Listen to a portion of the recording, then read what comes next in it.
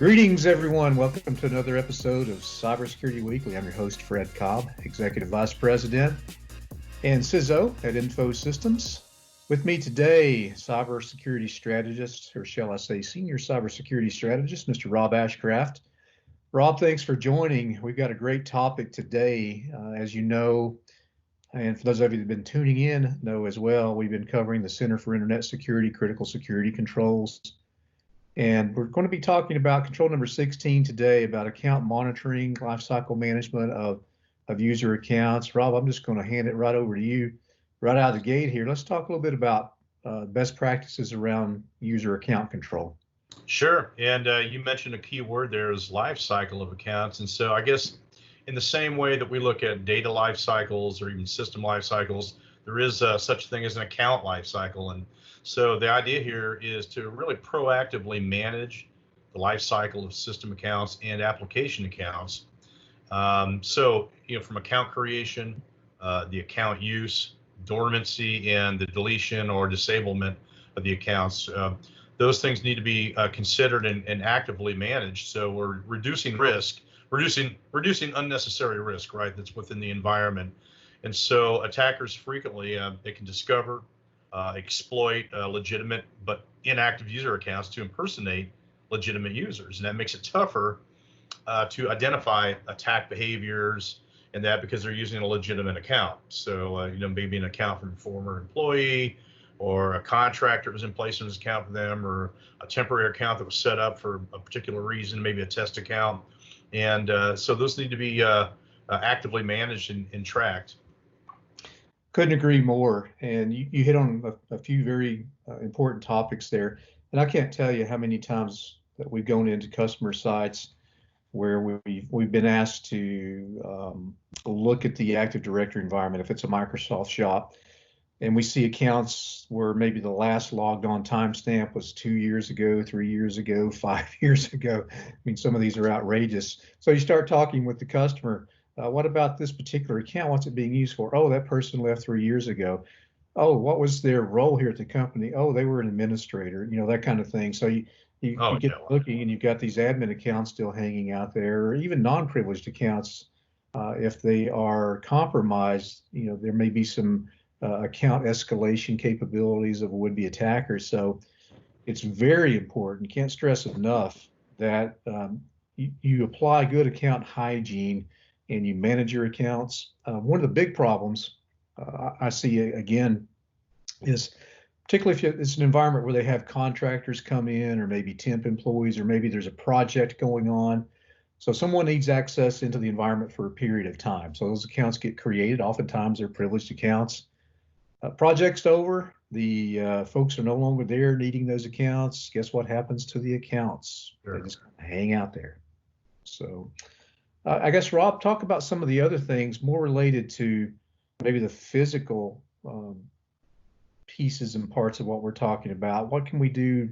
Well, documentation, I think, is always a good place to start, right? And so sometimes they consider this is considered a big ask, but in the grand scheme of things, of actively managing your account life cycle, it's pretty critical. That's having an inventory, some kind of documented inventory of all your user accounts.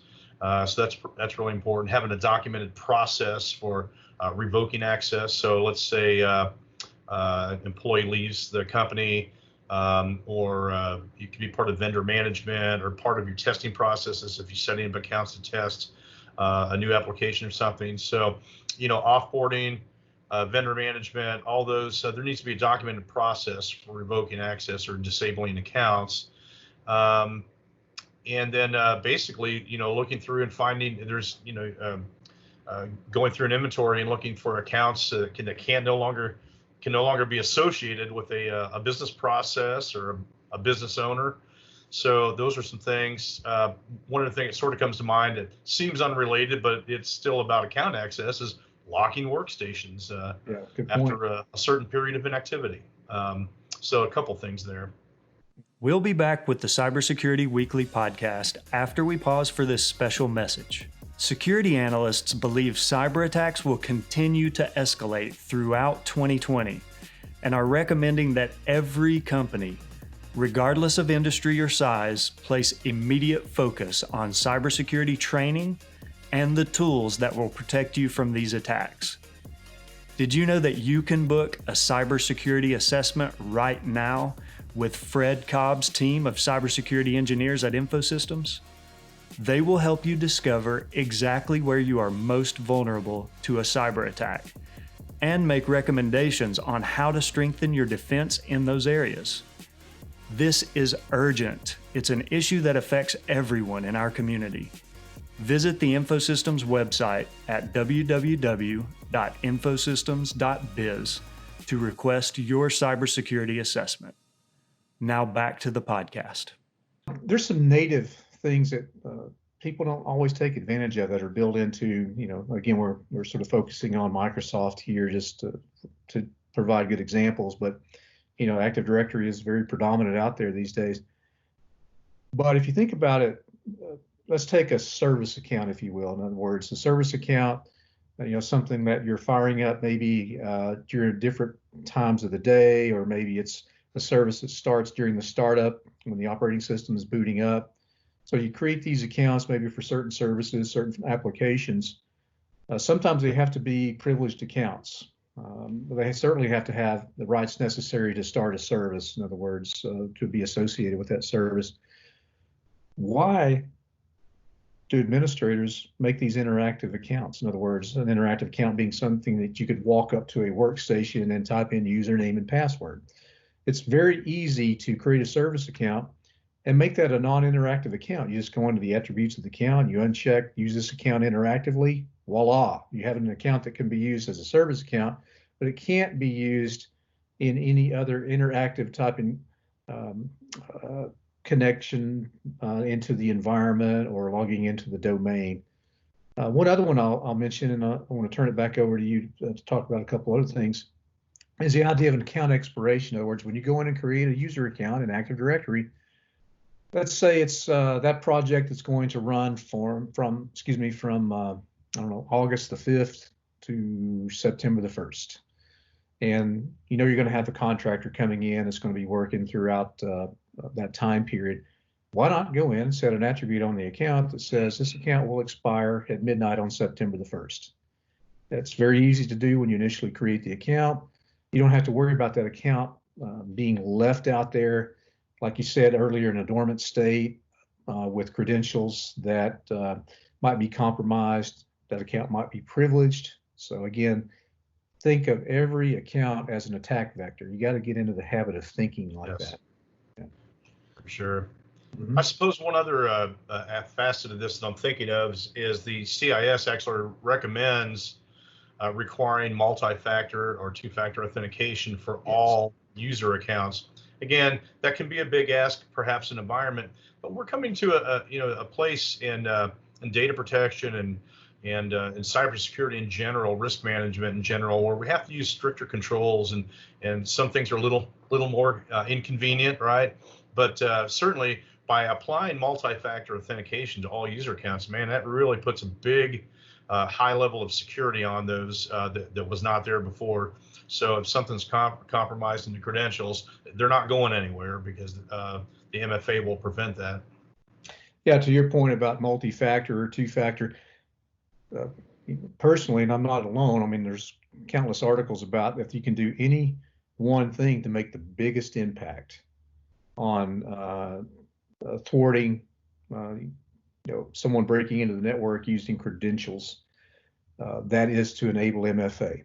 And and again, I mean, talk about how easy it is these days with all the, just a couple products out there, whether it's free like Google, or maybe I know you've worked recently with another one out there we can mention.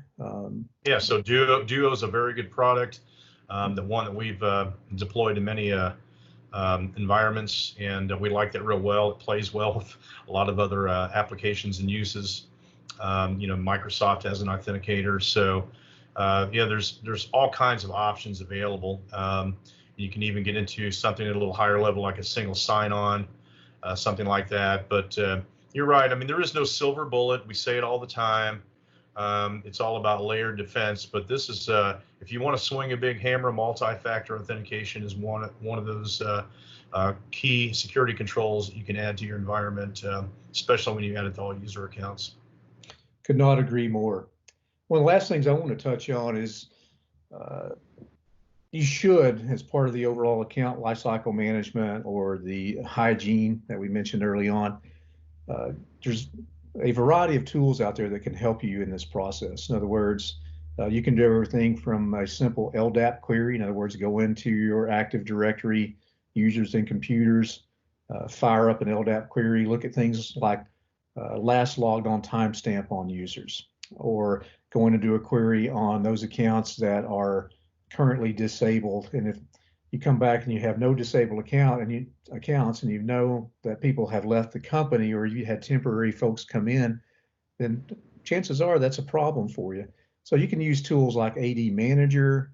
One of the ones that doesn't have a lot of airtime these days, but I personally really like because I've used it for years, is Hyena. That's a great tool. SolarWinds makes a tool. I'm trying to think of Netrix makes a tool. So there's a variety. I was thinking of AD Manager on a smaller scale. For that's a tool by Manage Engines. is a good Active Directory management tool. Yes, absolutely. So you're not out there trying to figure this out where, oh gosh, how do I go in and explore what's happening inside of Active Directory? I'm not good at writing queries.